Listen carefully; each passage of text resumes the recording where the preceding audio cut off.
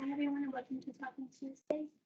My name is Ariane and I'd like to introduce our speaker for today. Our speaker is Dr. Tatiana Melendez-Rhodes. Dr. Melendez-Rhodes is an associate professor and the program coordinator of the Marriage and Family Therapy Master's program in the Department of Counselors Education and Family Therapy at CCSC. A licensed marriage and family therapist in Connecticut, a clinical fellow of the American Association for Marriage and Family Therapy, AAMFT approved supervisor. Previously, she served as the clinical coordinator of the MFT program. She is a former Fulbright scholar. Currently, she serves in the board of directors in the Connecticut Association for Marriage and Family Therapy. Thank you so much for the introduction. Thank you for having me here and for the invitation. I'm very happy to share this moment with you, have this conversation. Get closer. Would you like to add to your intro? Like, do you have any other information you would like to share with us? Well, besides that one, there is a lot, but I guess if you would like to ask me something specific. So how did you find your way to CCSU? How did you become a marriage and family therapy professor? Okay, so thanks for the question. Well, my story is a little bit long, then try to make it short as possible. I am from Peru, from Lima, the capital of Peru, and I studied there. I got a bachelor's degree in marriage, in psychology. Continued my studies, was able to become licensed, and so I was a clinical psychologist there. So I had the opportunity to practice in hospitals, inpatient, outpatient hospitals. I also had private practice. So in one of those places, in those hospitals, I had the opportunity to work with patients who were recovering from heart disease, different kinds of heart diseases. And I do remember clearly my supervisor asking me to work with some couples. And so my training was focused primarily on working with individuals. So when I saw that there were several constraints, so I decided to pursue further studies. Back then, early 2000s, we did not have a formal organization, the strengths, marriage, and family therapy. So working with couple could be, really challenging, and you really need to have a good foundation about that. So I started looking for places where I could study. And of course, I identified some universities here in the US, and but that required to do a lot of things, but more than anything, money. So when I look at the prices, I kind of became a little bit disappointed about the whole situation. So I got people telling me, how about you go to Spain? You first of all, you're not going to have any problem with the language, and Spain is very well known for having a good foundation for training places for family therapies. Another option was to go to Argentina, maybe, where there are a lot of psychotherapies, and it's very well known for that specific field. But I wanted to train, with some specific people, and I did wanted to apply here to the US. And so I had the money constraints. So, but I was a really, really good student, for my undergraduate. And so I decided to look for opportunities to get some scholarship. And I, applied to some places, but they didn't give me too much information about it. And so until that lasted like 1 year. It was knocking doors, and I didn't get any information, and just something like, okay, so we would like to see your application, but there was no information about, whether or not I could get a scholarship. Until one friend just came and he said, hey, I saw a news in the newspaper, this, and it said that they're going to be talking about possible scholarship for the US. And I was so disappointed that I said, oh, well, another thing. And but he helped me a lot, and we ended up going to this place, and it happened to be the Fulbright. So when I heard all these requirements and all these expectations, I said, this is almost impossible, you know? So, but what they offered, you know, it was really good. And because I was going to be able to study and, you know, have everything pretty much fully paid for me. So I did apply. And I was able to get it. So I got a Fulbright scholarship to study for my master's program. So I ended up attending the University of Connecticut for 2 years with a Fulbright scholarship. And it was amazing because I was able to study something that I really want to study. I was very engaged in all the activities, academic activities. I have a great cohort who supported me during those 2 years. That was the first time that I lived, you know, abroad. And there were a lot of difficulties because I was very homesick. So, you know, I mean, I was living in Lima, so imagine a place like imagine a place like Manhattan, and I went to live in a store, so you can imagine the contrast of that. I was used to have a very active social life, and suddenly, I mean, it was everything different, but I had a good group of people, as friends, of support, and that helped me go through it, and not to mention, you know, advisors, and that's very important. You know, it's very important that you find people, you know, good advisors, you know, that help you to see things that you don't see yet, you know, as a possibility for your future career.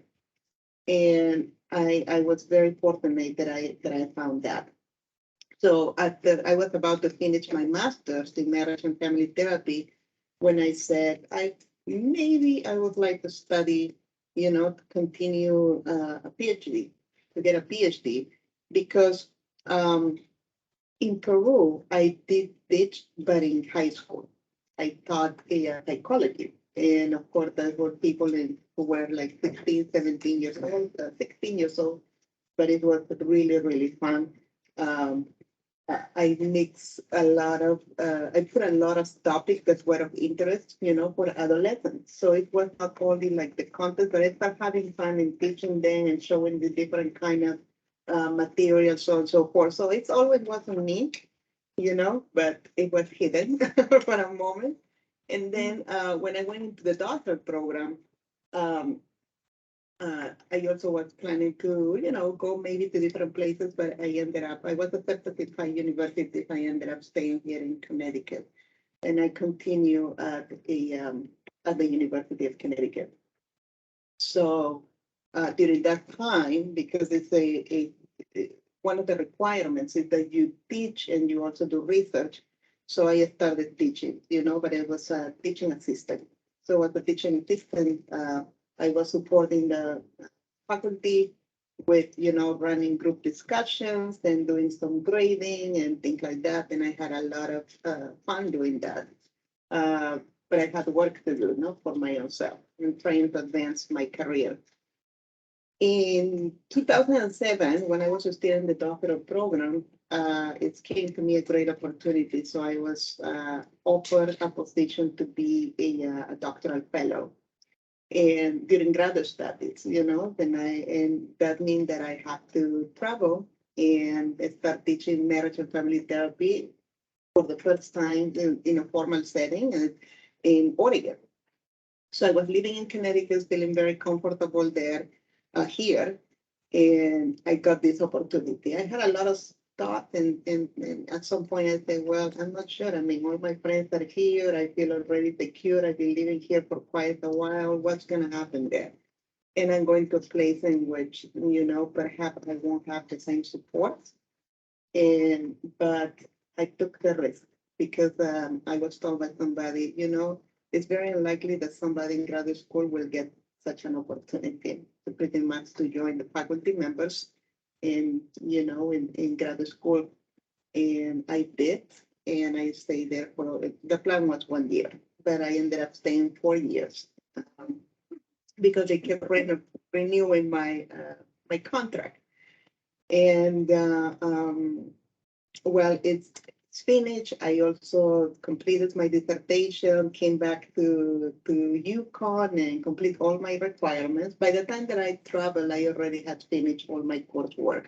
So I only had my dissertation left, but I had to complete my clinical hours as well. So I did all these things. I was there and I was teaching classes. I was traveling to Washington, to Vancouver to complete my clinical hours, and I was working on my dissertation, so I was completely busy. But I finished, I completed it, and one of the things that happened there is that I got married in Oregon. And like, so after I completed everything, so I started just, trying to look for where am I gonna go. But because I had a Fulbright scholarship, I had to go back to Peru because that's kind of like the contract, exactly, the requirements. So I went back to Peru for a couple of years and I did teach there in Peru in 3 different universities, courses related to family therapy, research, and other psychology as well when I was there. And then I came back to the US, but to Oregon. And I remember a colleague of mine called me and to say, she was living here in Connecticut, to say, there is a position open here in Connecticut. And I said, well, I haven't been in Connecticut for a long time.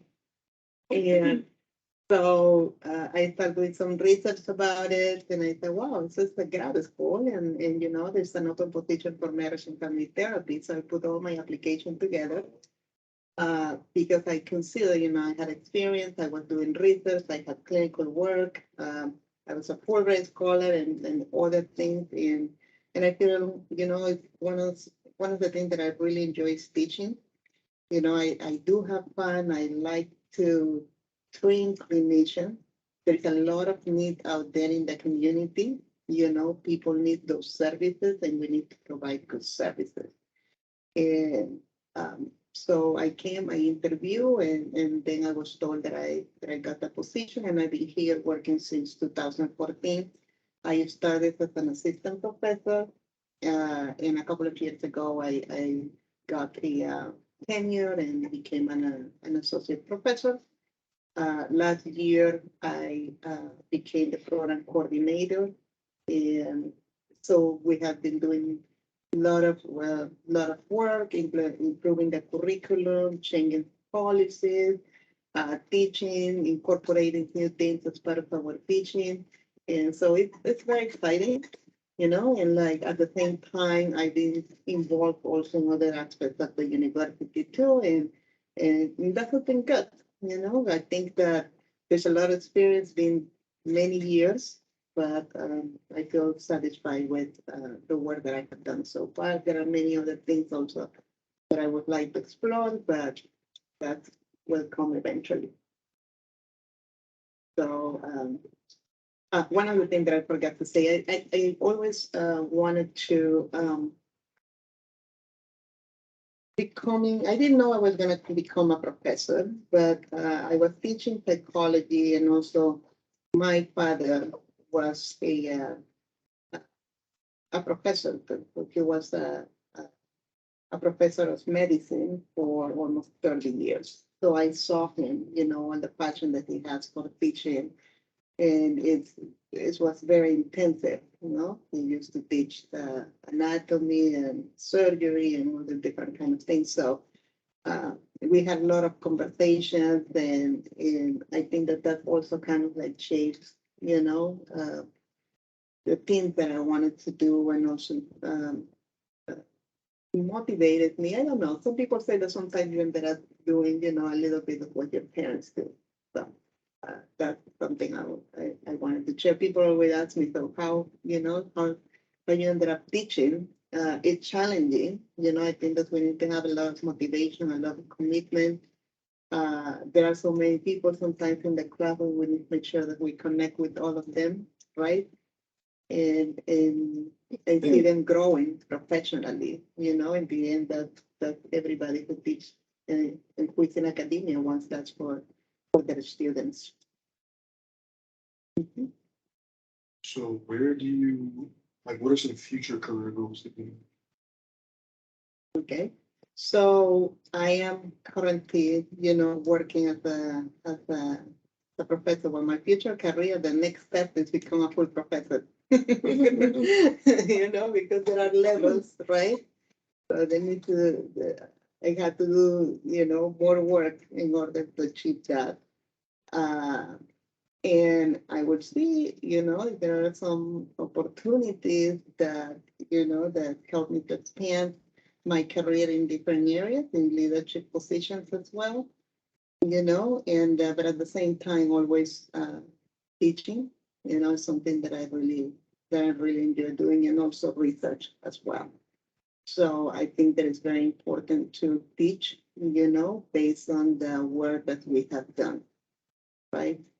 uh, to show our students that actually they can also do that, and expand their opportunities as well. So I definitely would like to establish more collaboration, with the students just in general to do some specific project, so that I would like to do. Growing up,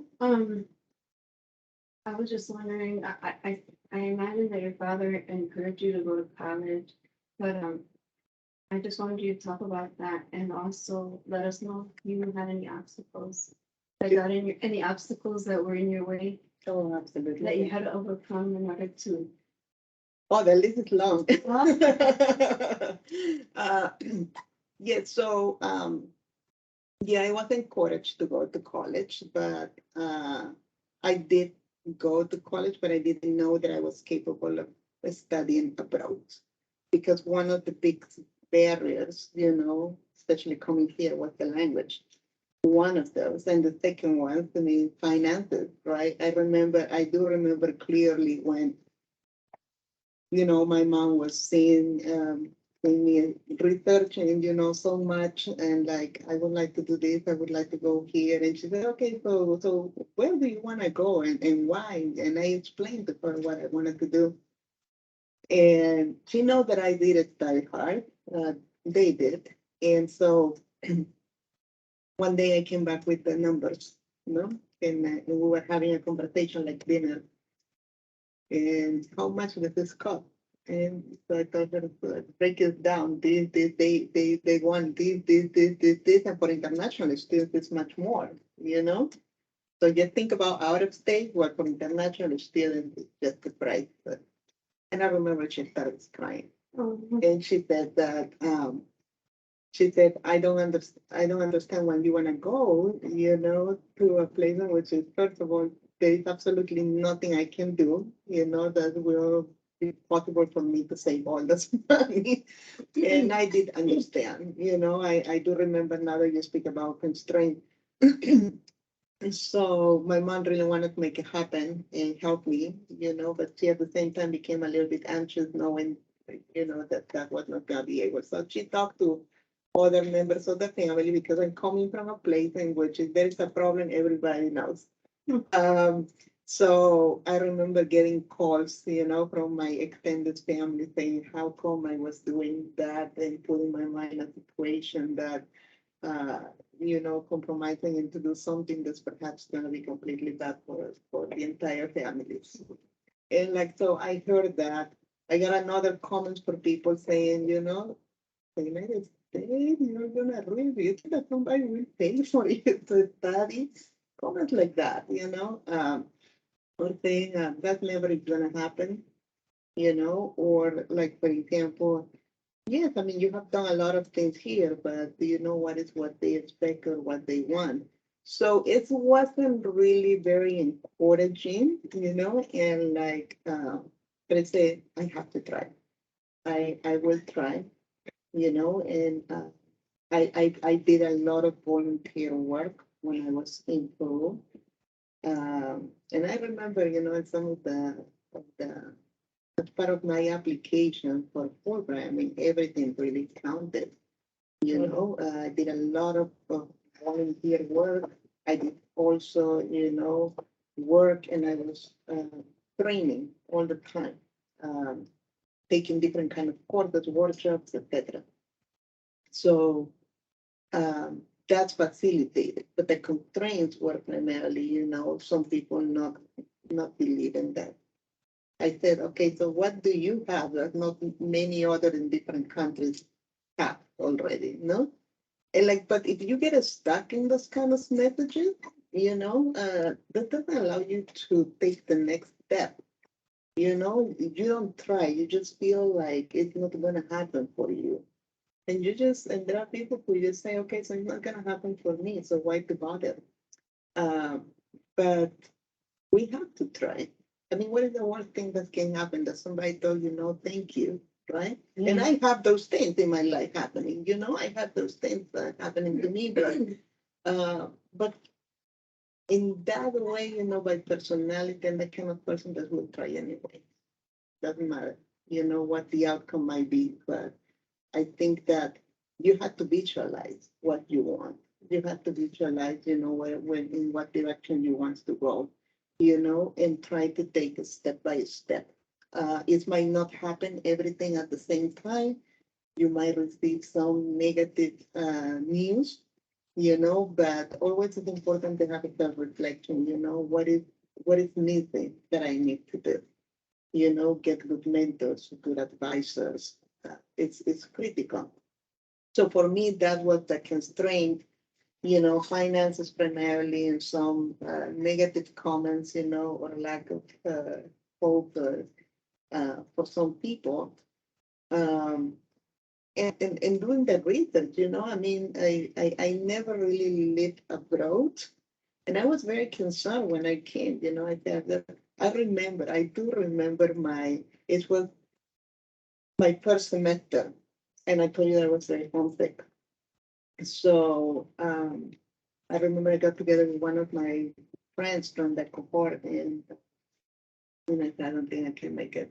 I just cannot simply make it. So one day she went to visit me, and I was actually working on my luggage ready, and by putting everything, packaging my stuff. And like, so she sat down and like talked to me very firm and told me, nobody give us a Fulbright scholarship at the end. I mean, you do not understand.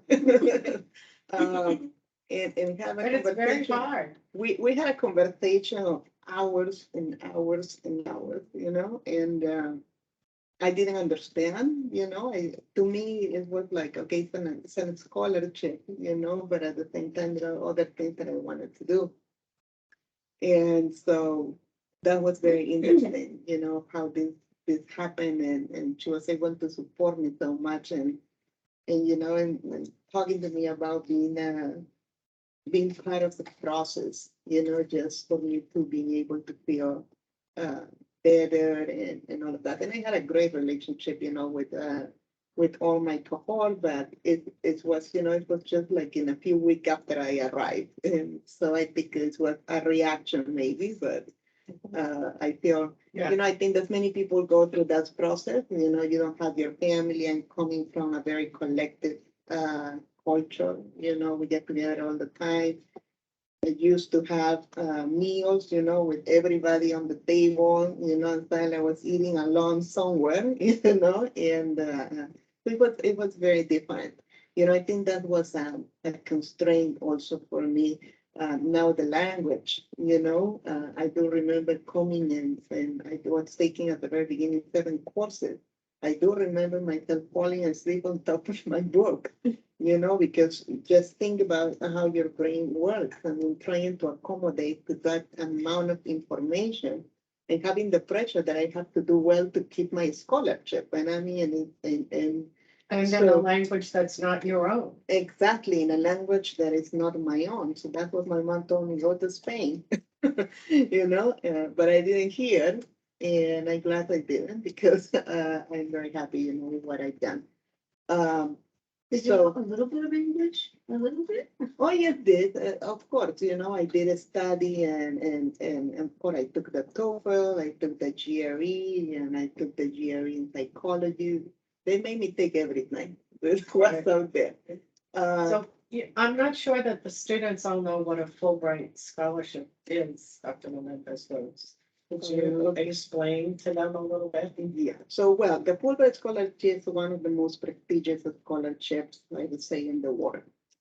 It's a highly competitive scholarship.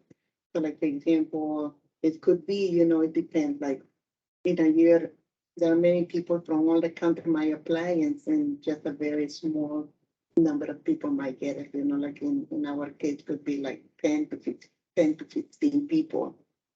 And it's always and- to come to the United States to study, Exactly, or for So- Americans to go somewhere else. exactly, or for Americans to go somewhere else. And it's a great experience because one of the goals is to kind of like promote mutual understanding, right? So mutual understanding at different levels, the culture and, the way how people think, right? We're living nowadays in a globalized world, so we cannot actually, we need to get out of our uh, s- uh, zone of comfort, right? And like being able to interact with people who have different backgrounds.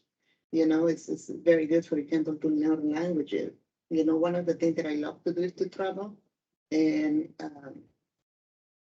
And I like to travel even to places in which I do not speak that language, but it's a challenge for me, the way of how to really get to connect with people, understand, so on and so forth. So Fulbright, coming back to Fulbright, so Fulbright is not only a very prestigious scholarship, but allows you also, to actually being able to study, without being worried about the finances and everything. I mean, there are some things that of course you have to pay, but for the most part, it's covered pretty much everything for you. There is a commitment for international students, we have to go back to our country of origin and being able to contribute to society, based on what we have studied. In my case, it was marriage and family therapy, and like so I was able to teach, in universities. As Dr. Mahoney mentioned, though, it's very competitive, but highly competitive. Um, but I think it's a great experience. It's something that I would encourage people to actually do. Like, I just wrote a note to Lily and Katie that we should have a program on Fulbright. and how to exactly, apply.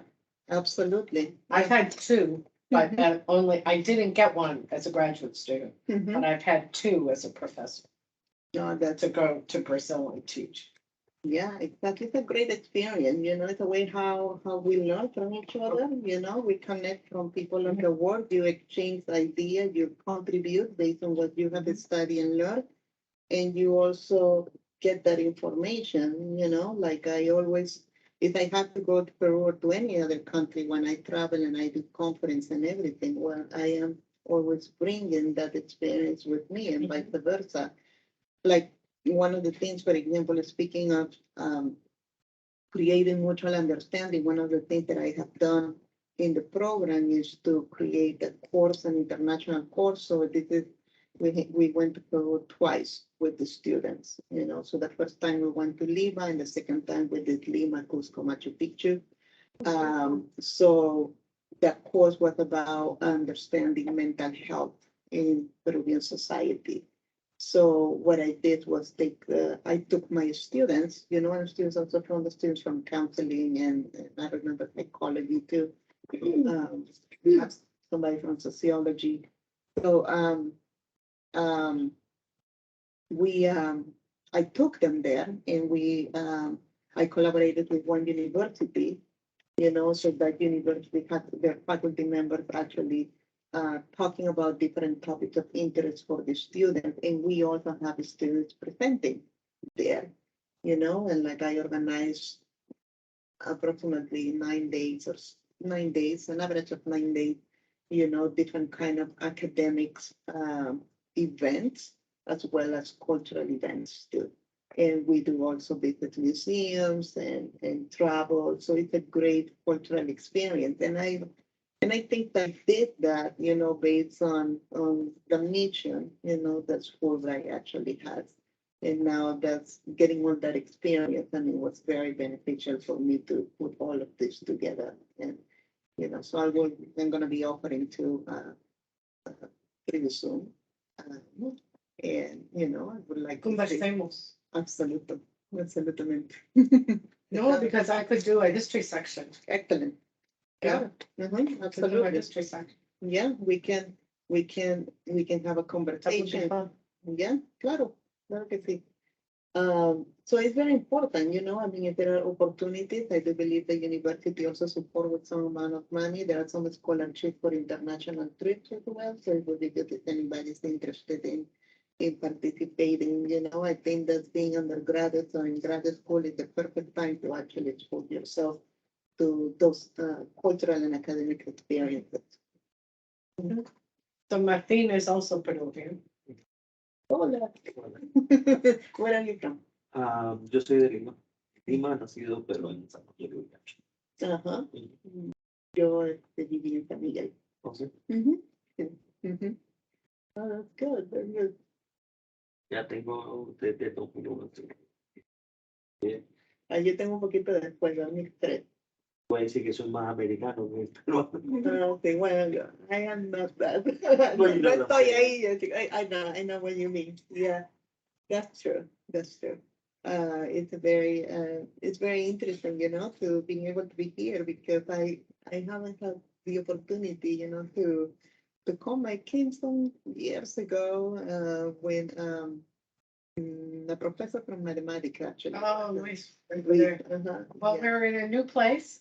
Isn't it nice? Yeah, it's really nice. It's But he beautiful. was showing me all the books that students had been working on and Mhm. studying and. So we've had donations. We've now gotten 2 more donations, but we have to go pick them up Yeah. over Christmas. We have to go to Amherst, and then we have to go to Vassar. So we have a big collection about Ecuador and Colombia coming, mostly history. I know mostly historians, Yeah. but, and then another group about the Mexican border. Mhm. So That's we very take, good. we take donations. Oh, that's good to know. I have some books in Spanish that I read them Claro when que they're sí. there. And Claro que like, sí. yeah. So in literature, so I Yep. have something from Mario Vargas Llosa. Yep.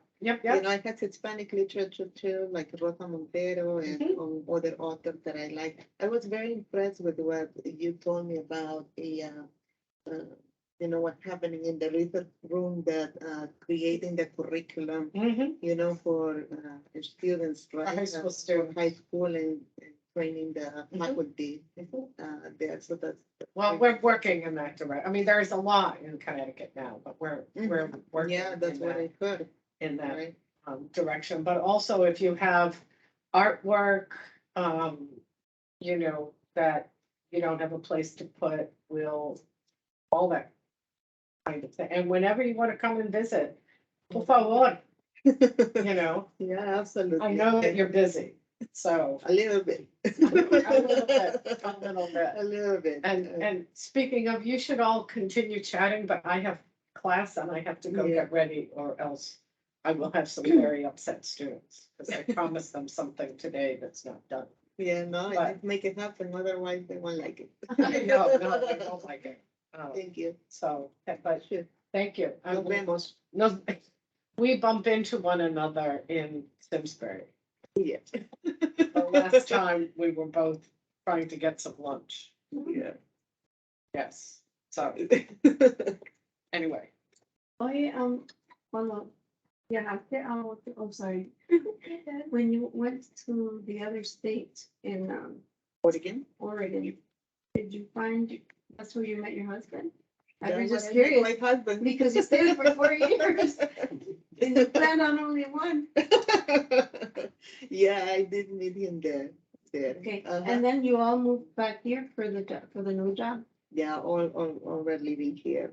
Yeah, Okay. so yeah, that's how destiny works. Wow. So I traveled there. I was teaching for quite a while, and then I met my husband, and then we got married, and after that I had to go to Peru. Well, not immediately after that, but after that I went to Peru and came back, and then I moved here to Connecticut again. It was, it was difficult to believe because you leave a place and you don't know whether or not you're going to come back, and it happens. So I'm here back in Connecticut. Yeah. What do you miss most about Peru? My family, so it's hard. I have one, one of my sisters that's here in the US. So, and yeah, we try to see each other, but we cannot see each other so often because she's in another state and in graduate school too. So she's very, very busy. But I do miss my family and I do miss, my friends. I mean, I had the opportunity to study in a school in which we studied since we were like 5, 6 years old until 18. In Peru, I mean, we go pretty much everybody goes together. It's not like here that you That's have like nice. 4, 5, 6 elementary school, then everybody goes to middle school and just people don't really continue, long-term friendship, but I think it always works a little bit different, and like, so that's what I mean. So every time that I have the opportunity, I go, and try to visit them. I guess that's, as you were mentioning, I think that now I definitely, by culture, I think that there are many things that I have incorporated into my life, that comes from here, that allow me to navigate those places, in a positive way. And at the same time, there are things that I keep with me, and that's how I live my life. I think it happened to all of us after being here for a period of time. Mhm. Right? Oh, yeah. Oh, yes. Yeah, and that can make your family not feel good about. But you cannot forget food, Oh no, Yeah. never. My mom cooks it all the time. Yeah. So never, I cannot forget the food. That's a big one. It's a big one, So as soon as I know that I'm on the plane on my way, I know where I'm gonna land. So that's a good thing, So I think there's a lot of connection in Peru comes also from food, right? So people celebrate everything that you can imagine. So there's always dancing and there's always party and all of that, There's something that they make with crackers, like a sauce. Aquí, I think that's what, Papalahuancaína. that's the one for the potatoes. Oh my God, Yeah. it's so good. Oh, yeah, that's so good. Don't talk to me that much. ¿Cómo because se I'm gonna llama? grab my car and go to the restaurant. ¿Se llama papa de la qué? Papalahuancaína. Papa la huancaína. Yeah, it's a sauce that has cheese and Yes. it's spicy and spice and that. It's really good. They pour it over potatoes. Yeah, and there are different types of potatoes too, so that it's really good. I mean, the flavor. Yeah. I want to think about that. Where can we go for Peruvian food around here? Try Yeah, papa. I think that most of the restaurants are. There are different restaurants in Hartford. Yeah. And Mhm. West Hartford. Yeah. So you have different options. No, it just depends where you would like to go. I cannot recommend anything in particular. Okay. Especially somebody might be seeing it there. Hey, why you don't say that? Okay. No, I think it's really good, and I think I think that there are people who actually have opened their businesses and they're doing a good job with trying to preserve the tradition, and try to cook very similar as in Peru, because nowadays all these trends about gourmet and kind of like they change the recipes a lot and you don't know exactly what you're trying. It not looks familiar or tastes familiar, but I think, every place that I've been here, I think good so far. It's about finding the ingredients too. And I think they're doing a good job with that. I mean, at least the ones that I have tried. Of course, New York has more options than I think that New Jersey as well, but we are fortunate enough that we can find our food here. That's true, right? Yeah, Yeah. Harvard, basically. Yeah, Mhm. exactly. Yeah.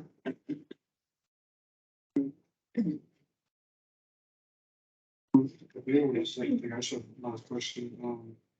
So you kind of talked about how the Fulbright thing is for people traveling from other countries to here, or people from here to other countries.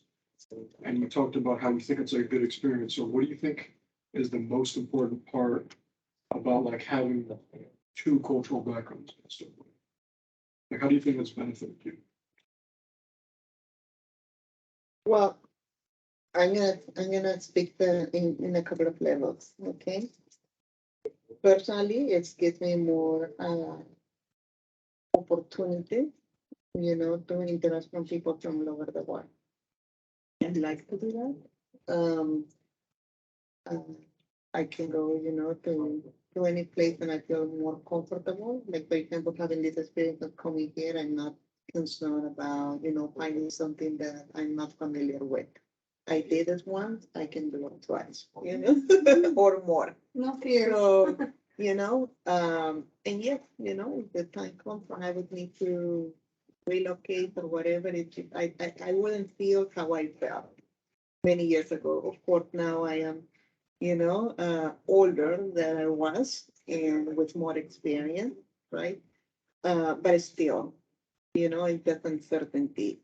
I think that, in terms of my own family, like for example, with my child, I want my child to be exposed to different culture. I want my child to be able to, understand, to not to feel fearful that he hears something different or somebody speaking differently, or that he sees like for example, a different tradition or something, because as people, I mean, we relate in different ways, so we look at the point of how you connect to people, what is what connect you to others.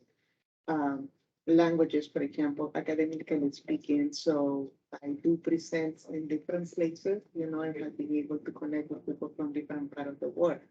I have done research with people from who are in different part of the world, and my profession, my academic foundation allowed me to do that and to navigate that, So I think that other people, like the ones that I work with, appreciate that. I think that learning about language, learning about culture. One of the things that I like a lot is music. I like to dance. So you're gonna find, for example, I have music from different places of the world, and I like it. And I might not even know about the lyric, but it's something that I really enjoy. So it's just that predisposition to make yourself to be open to differences, and being able to give yourself the opportunity to get to know them better. And also for the work also that I've done, as a clinician. So you meet people from with different backgrounds, and you need to be prepared, and you cannot operate based only on what you have been exposed to. So you might hear something that you might have no idea what they are saying, or that you never has been exposed to. But you need to be able to find a way of how to connect and how to navigate those differences and to get to know more about that person, that family, that couple. So I think that being able to, navigate two or more cultures is very positive in that way, professionally and personally, So I find that that's highly beneficial, being able to just not to think only, okay, I am here, let's say in Connecticut, and that's where I am. Well, that's where physically I am, but I can be presented tomorrow in a different country, and interacting and researching and learning more about a different place. And that's what I feel very passionate about, so I engage in projects, that involve a lot of people from different cultural backgrounds. It's so interesting when you meet, when you step out of the US and you meet other people from other countries. Exactly. Beautiful, beautiful people out there. Exactly, I mean, we always hear the news, there's so many bad Negative, things, yeah. that's what you hear all the time. So that sometimes prevents people from engaging with others because there are preconceptions, there are biases, right? And people see something and, say, well, I'm gonna try to not to be close to a person, or conceptualize something that might not be accurate. And I think the best thing to avoid that is to engage in and expose yourself, You don't have to be like them, you don't have to agree with everybody, you don't have to think like everybody, but the idea is to understand. No? I'm looking Yeah, forward, thank you. like, you guys should look into the international studies program that she's gonna, if I'm up for. Peru. Do you know where you're going to Machu Picchu or? Yeah, yes, so you mean for the international course? But yeah, Well, the idea is to go to Lima and also do Cusco, that's what I did the last time. So we go to Cusco, Cusco have a lot of archaeological sites to visit, but it's very rich, in culture at different levels. So Lima is in the coast, next to the Pacific Ocean. And Cusco is in the Andes, that has other cultural influences. So I think that it's a contract, that definitely, it's a good learning experience for students, besides only seeing the archaeological sites, but it's about, experiencing different lifestyles, and What Lima does is very, very busy all the Mhm. time. what does the course fall under? Do they offer it to history students? Well, we were offering to Sociology. we were offering to graduate students, but we make few exceptions. And I remember we had a couple of, undergraduate students as well. I mean, as long as people, are interested in the in the culture, are interested in the topic, because this is about mental health services. So at the university that we went, they learn about, like, for example, gender, intro, Mhm. uh, or like, for example, tribes, intro, because we are studying American family therapy. So, like, for example, what is the composition, how family operates, in tribes and things like, people are not necessarily exposed to, or some other social issues, that we can talk about. Uh, Ethics, for example, we presented a comparison between ethics, in the profession and ethics over there, and it was interesting because, like, at least, I did present in Spanish and English, so I was speaking in Spanish and also in English. So, I don't normally do that, but because, it's wearing a different plate, I did. So it was fun, it was a very nice experience. I think my students got a lot out of it. I had that opportunity of, introducing them to a new culture and also, to just introduce them to some of the experience that I had. So I took them to a hospital in which I did one of my first internships. It was an inpatient hospital that has a museum inside, from patients who were there with different kind of mental health disorder diagnosis. And so this was really good, and also they ate, and we have cultural activities for them and all of that, city tours and museum. I mean, it was very rich culturally speaking, Mhm. Like many other cultures. Thank you. Yeah, thank you. Thank you. I do appreciate, the invitation. Thank you for the time. And again, if there's anything that you might need, or we can talk about, I'm happy to do that. I am inviting our hall, second floor. Um, you're welcome also to go there. If you are interested also in a field like that, like marriage and family therapy. We're in the Department of Counselor Education and Family Therapy. So um, uh, there are different programs, like counseling, school counseling, marriage and family therapy. So if there's anything of that interest you, so please do not hesitate to contact me. And if it's not marriage and family therapy, I can also give you that contact, from the person you might need to talk to. Happy to do that. Thank you. You're very welcome. Thank you.